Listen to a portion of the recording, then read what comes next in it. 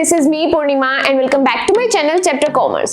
हम लोग हमारी फाइनेंशियल अकाउंटिंग का एक बहुत इंपॉर्टेंट एंड बहुत इंटरेस्टिंग चैप्टर पढ़ रहे हैं which is hire purchase system. This is a part number 14। इसके 13 पार्ट्स हम लोग ऑलरेडी बहुत अच्छे से कंप्लीट कर चुके हैं, जहां पर हम लोगों ने हायर परचेज सिस्टम के अंदर आने वाले काफी सारे कॉन्सेप्ट्स पढ़े हैं, साथ ही वहां पर हम लोगों ने मल्टीपल क्वेश्चंस की प्रैक्टिस की है। एंड टुडे इस वीडियो के अंदर हम लोग अगेन एक बहुत इंपॉर्टेंट एंड बहुत इंटरेस्टिंग टॉपिक पढ़ने वाले हैं, जिसके अंदर हम लोग किस बारे में पढ़ने वाले हैं। अगर हमारी एसेट सेल कर रहा है हायर परचेजर किसी अदर पार्टी को, तो उसकी अकाउंटिंग किस तरीके से हमारे हायर परचेज सिस्टम के अंदर की जाती है, ये सभी चीजें आज की वीडियो के अंदर देखने वाले हैं। यानी कि हमारा टॉपिक क्या है, sale of asset by hire purchaser. Hire purchaser अब अपनी एसेट को सेल करे, उसका क्या ट्रीटमेंट करेंगे, इसके अंदर कोई अलग चीज नहीं है। आप लोगों को हर एक चीज यहाँ पर आती है, सिर्फ ये हेडिंग अलग है, ये टॉपिक अलग है बुक के अंदर, इसीलिए हम लोग इसको सेपरेटली कवर करें। इसका कॉन्सेप्ट अलग से सीखने की जरूरत नहीं है। हम लोगों ने डेप्रिसिएशन वाला चैप्टर पढ़ रखा है, कुछ चीजें हमें वहां से पिक करनी है, कुछ चीजें हमें इसके प्रीवियस कॉन्सेप्ट से पिक करनी है, तो इजीली हमारा ये टॉपिक हो जाएगा। स्टार्ट करते हैं आज की वीडियो को एंड समझते हैं यहाँ पर किस तरीके से क्या क्या चीजें मुझे करनी है। अब यहाँ पर मुझे क्या करना है, कुछ नहीं, हम अपने कॉन्सेप्ट को अपने क्वेश्चन के थ्रू ही समझेंगे।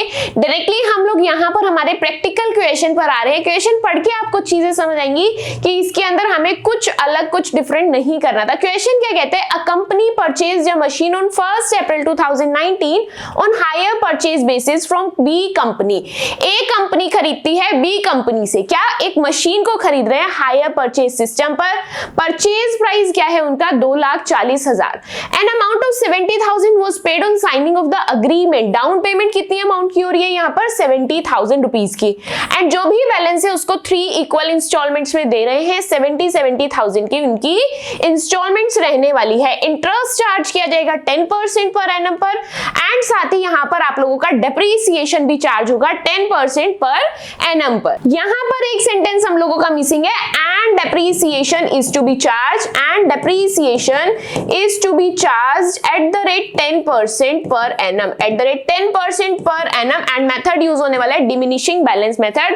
Accounts are close on 31 March each year.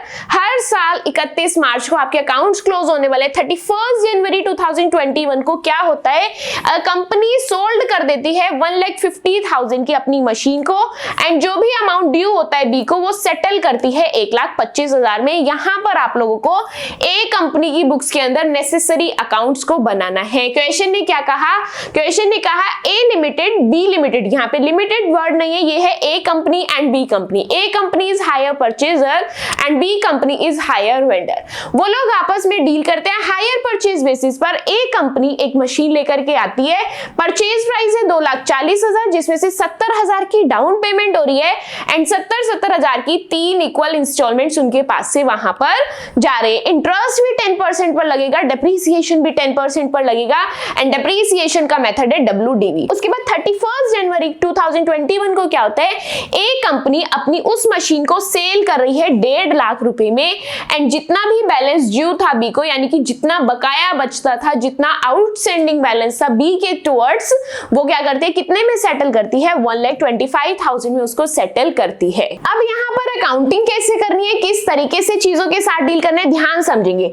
यहाँ पर क्वेश्चन ने बोला ए कंपनी की बुक में आपको नेसेसरी लेजर अकाउंट्स बनाने, यानी कि ये बात तो मुझे क्लियर होगी है कि मुझे जो भी अकाउंटिंग करनी है in the books of hire purchaser करनी है। यहाँ पर हम लोग लिखेंगे in the books of A company, in the books of A company. And ये जो ए कंपनी है ये कौन है, मेरा हायर परचेजर, इसीलिए मैंने यहाँ पर लिख दिया HP।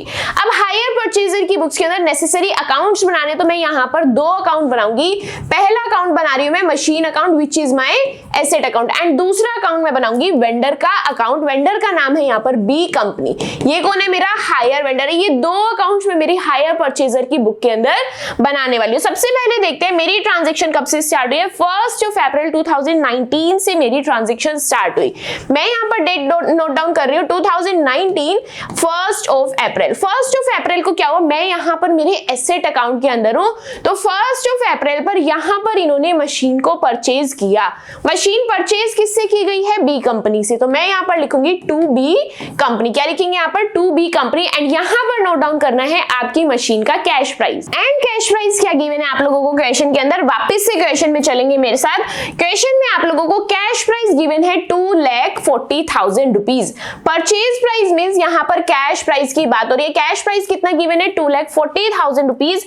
इसको मैं यहाँ पर नोट डाउन करने वाली हूँ 2,40,000 रुपीज। अब क्या इस ईयर के अंदर आप लोगों को मशीनरी से रिलेटेड और कोई इंफॉर्मेशन गिवन है? नहीं। तो मेरे क्या लास्ट दो काम बचते हैं, यहाँ पर मुझे करना है डेप्रीसिएशन चार्ज, उसके बाद मुझे बैलेंसिंग फिगर को कैलकुलेट करना है। तो सबसे पहले लगा रहे हैं हम लोग डेप्रीसिएशन। डेप्रीसिएशन लगाना है 10% पर एनम पर।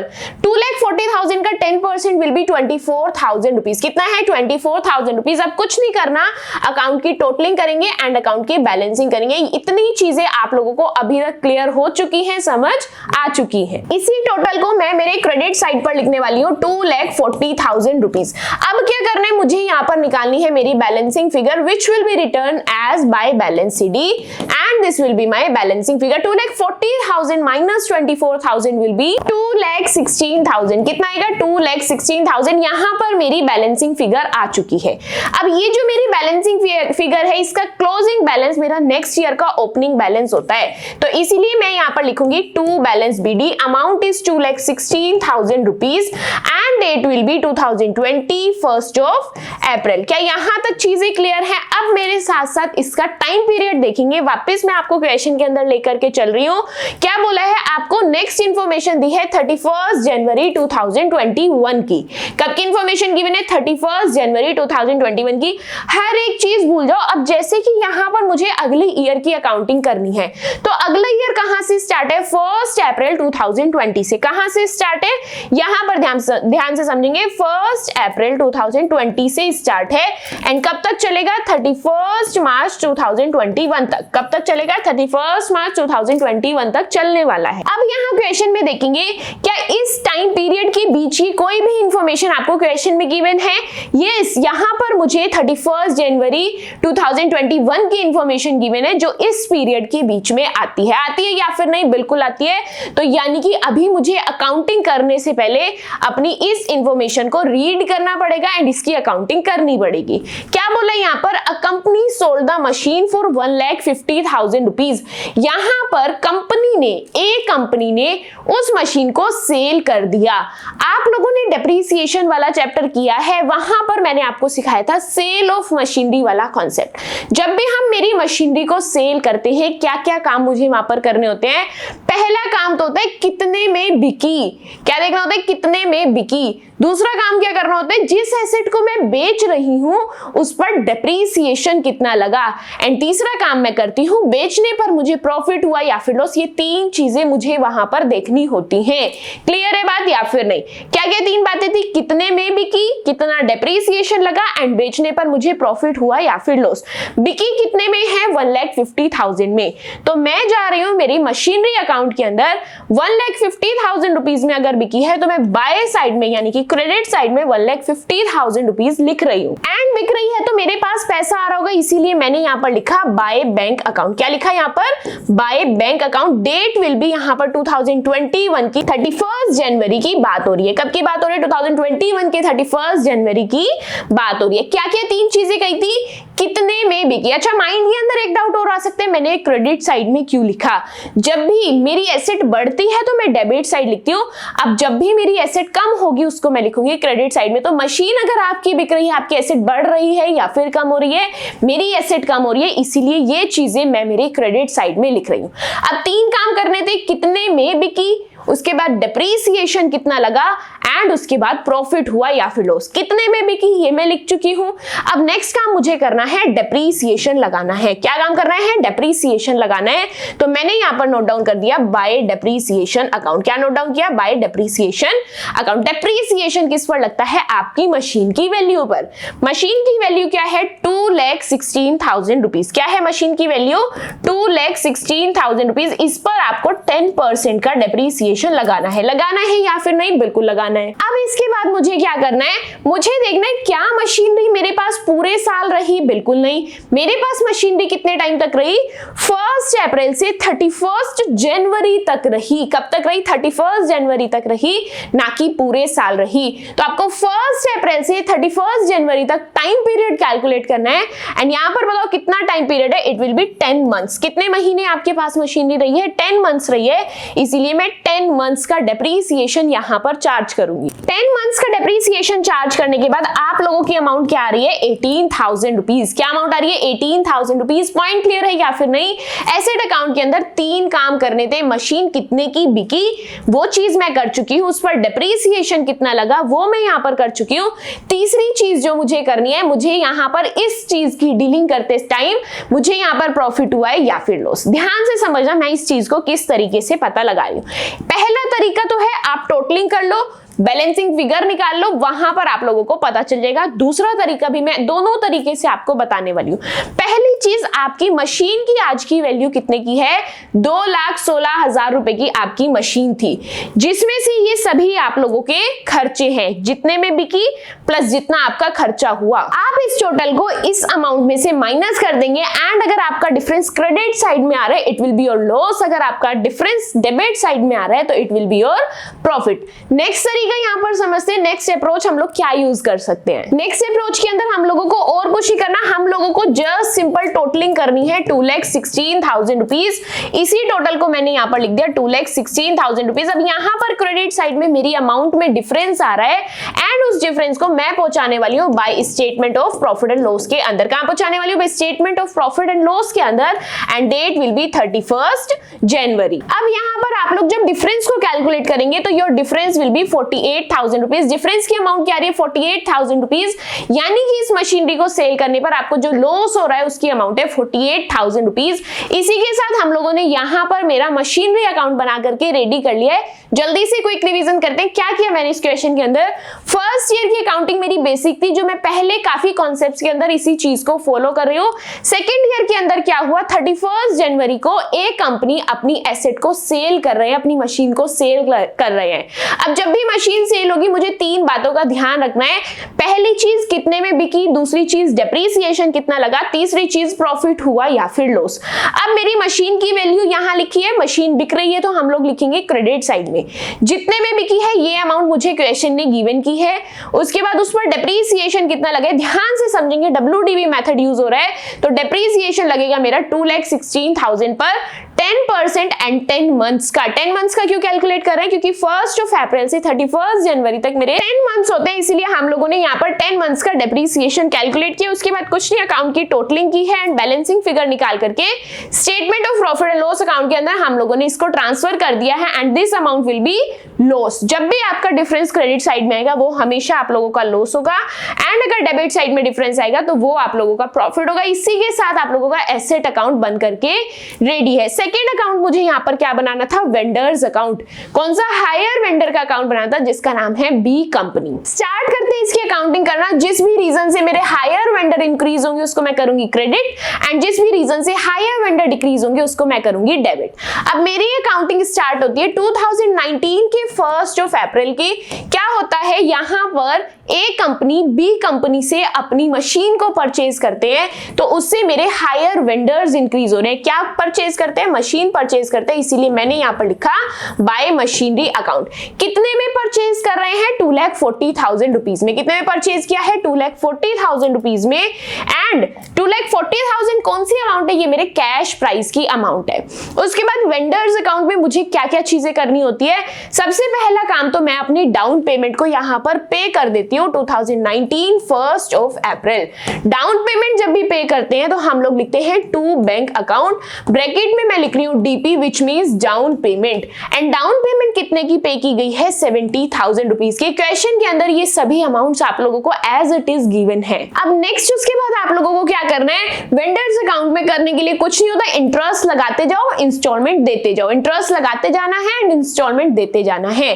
तो पहले मैं यहाँ पर चार्ज करने वाली हूँ interest. Year will be 2020 and date will be 31 March. यहाँ पर नोट डाउन करेंगे बाय इंटरेस्ट अकाउंट। क्या नोट डाउन करेंगे, by by interest account. Interest लगेगा आप लोगों का eight the rate 10% per annum. 10% का चार्ज आप लोगों को इंटरेस्ट करना है। अब इंटरेस्ट किस पर पे करते हैं? आउटस्टैंडिंग बैलेंस पर। किस पर पे किया जाता है? आउटस्टैंडिंग बैलेंस पर। आप लोग चाहो तो कैलकुलेशन ऑफ इंटरेस्ट वाली टेबल बना करके कर लेंगे, अदरवाइज आप लोग यहां से शॉर्ट ट्रिक भी सीख सकते हैं।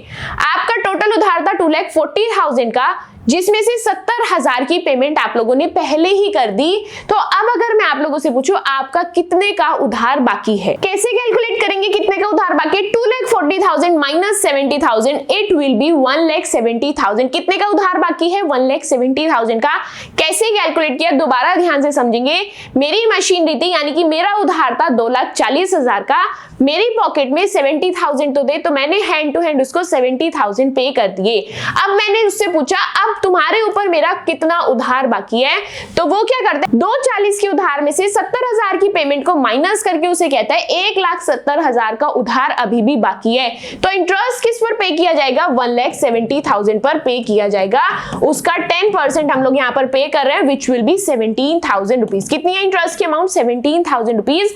आगे क्या करना है? इंटरेस्ट लगाते जाना है, इंस्टॉलमेंट को पे करते जाना है। तो अब कुछ नहीं करना, यहाँ पर हम लोगों को इंस्टॉलमेंट को पे करना है। लिखेंगे टू बैंक अकाउंट एंड यहाँ पर मैं लिख रही हूँ 1, which means installment number 1। Installment कितनी अमाउंट की है? यहाँ पर हमारी इंस्टॉलमेंट की भी अमाउंट है 70,000 रुपीज। कितनी अमाउंट है इंस्टॉलमेंट की? 70,000 रुपीज। अब नेक्स्ट मेरे पास यहाँ पर कुछ और करने के लिए नहीं है, तो मुझे यहाँ पर क्या करना है? अकाउंट की टोटलिंग करनी है एंड बैलेंसिंग करनी है। तो टोटल आ रहा है यहाँ पर 2,57,000 रुपीज। दोनों साइड इसी टोटल को लिखने वाले हैं 2,57,000 रुपीज। अब क्या करेंगे? यहाँ पर बैलेंसिंग फिगर को कैलकुलेट करेंगे and it will be written as to balance CD. कैसे लिखने वाले हैं इसको हम लोग? To balance CD. This will be my balancing figure. My balancing figure will be 1,17,000। Balancing figure कितनी आएगी? 1,17,000। इस ईयर का closing balance will be by my next year का ओपनिंग बैलेंस। तो यहाँ पर इसको मैं बनाने वाली हूँ opening balance by balance BD. इसको हम लोग लिखने वाले हैं 1,17,000 rupees and date will be 2020 1st of April. अब अगेन मुझे क्या करना था? इंटरेस्ट चार्ज करना था। एंड इंटरेस्ट कब चार्ज किया जाता है? 31 मार्च को। कब चार्ज किया जाता है? 31 मार्च को। लेकिन जब मैंने मेरे क्वेश्चन को रीड किया तो मैं 31 मार्च तक तो पहुंची ही नहीं, 31 जनवरी को ही बीच में एक ट्रांजेक्शन हो रही है। 31 जनवरी को ट्रांजेक्शन हो रही है, यानी कि 31 जनवरी को hire purchaser and hire vendor के बीच का अग्रीमेंट खत्म हो रहा है। क्यों? क्योंकि हायर परचेजर एसेट को सेल कर रहा है। तो यानी कि 31 जनवरी के बाद हायर परचेजर हायर वेंडर को नहीं जानता, क्योंकि उसी दिन वो सारा सेटलमेंट कर रहा है। तो अगर सेटलमेंट हो ही रहा है तो मैं इंटरेस्ट भी कब लगा दूंगी? यहाँ पर 31 जनवरी को। कब लगा देंगे? 31 जनवरी 2021 को। क्या करना है? मुझे इंटरेस्ट चार्ज करना है। मैंने लिखा यहाँ पर bye interest eight the rate 10%। Interest किस अमाउंट पर लगेगा? अगेन इंटरेस्ट लगेगा मेरे जो भी उधार है उस अमाउंट पर, विच विल बी 1,17,000 रुपीज। इसका 10% चार्ज करना, इसलिए 10/100 एंड अगेन 10 मंथ्स का चार्ज होगा, इसीलिए 10/12 हम लोग यहाँ पर करने वाले हैं। 10/12 क्यों किया? क्योंकि 1st अप्रैल से 31 जनवरी तक मेरे 10 मंथ्स होते हैं, इसीलिए मैंने यहाँ पर 10/12 को किया है। अब मुझे कुछ नहीं करना, अपनी अमाउंट को कैलकुलेट करके यहाँ पर एज इट इज लिखना है। And my amount will be 9750। मेरी अमाउंट क्या रहने वाली है? 9750। क्वेश्चन ने अब क्या बोला? क्वेश्चन ने कहा हम इसको यहीं पर सेटल कर देंगे, हमें 31 मार्च तक पहुंचना ही नहीं है, क्योंकि 31 जनवरी को ही एक ऐसी ट्रांजैक्शन हो रही है जहां पर hire purchaser and hire vendor के बीच का अग्रीमेंट खत्म हो रहा है। अब कैसे खत्म हो रहा है? देखो सेटल किस तरीके से कर रहे हैं। ए कंपनी क्या करती है? जो बी को अमाउंट ड्यू है उसको कहती है 1,25,000 रुपीज मुझसे ले लो एंड कॉन्ट्रैक्ट यहीं पर खत्म करते हैं। आपस के बीच की चीजें यहीं पर हम लोग खत्म कर रहे हैं, यानी कि कितने पे करके वो चीजों को खत्म कर रहे हैं? 1,25,000 रुपीज। कितने पे कर रहे हैं? 1,25,000 रुपीज। उसको मैं यहाँ पर लिख रही हूँ 1,25,000 रुपीज। किस नेम से आएंगे? यहाँ पर ये अमाउंट आएगी बैंक के नेम से, तो मैंने लिखा to bank account. Date will be 2021 and 31 January. Point clear है या फिर नहीं?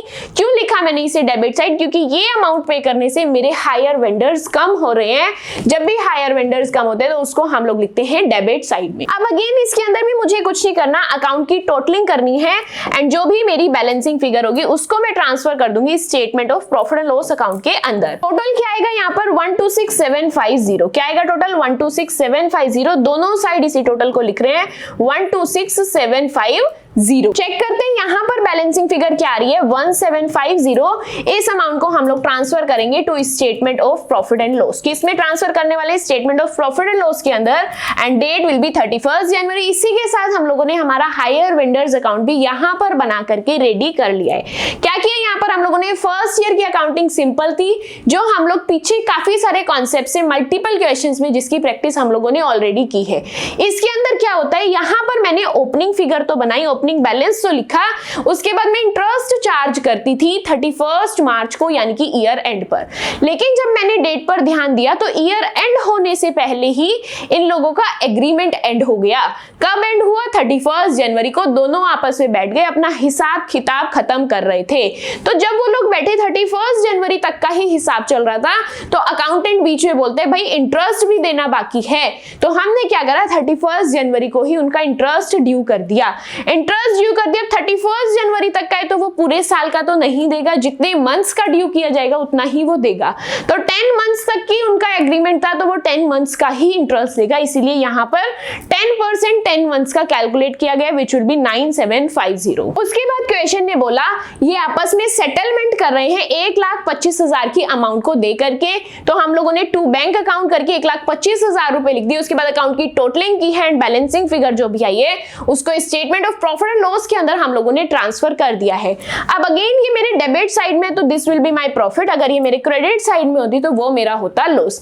आई होप ये क्वेश्चन आप लोगों को अच्छे से क्लियर है, चीजें समझ आई हैं। कॉन्सेप्ट बहुत इजी लगा है कि अगर हायर परचेजर अपनी एसेट किसी को सेल कर रहा है तो वहां पर हम लोगों को हायर परचेज सिस्टम के अंदर कैसे अकाउंटिंग करनी है। स्टिल माइंड के अंदर इससे रिलेटेड कोई भी डाउट है आप लोग मुझसे कमेंट सेक्शन के अंदर पूछ सकते हैं, ताकि वहां पर मैं आप लोगों के डाउट्स को सॉल्व कर पाऊं। साथ ही आज की वीडियो के अंदर हम लोगों ने जितना भी पढ़ा है, जो भी न्यू कॉन्सेप्ट पढ़ा है, इसके नोट्स आप लोगों को टेलीग्राम चैनल पर मिलने वाले हैं। एंड टेलीग्राम चैनल का लिंक आप लोगों को डिस्क्रिप्शन बॉक्स में मिल जाएगा। वहां पर जाकर लिंक को टैप करके टेलीग्राम चैनल को ज्वाइन करके इजीली आप लोग आपके नोट्स को डाउनलोड कर सकते हैं, कॉन्सेप्ट्स को रिवाइज एंड रिकॉल कर सकते हैं।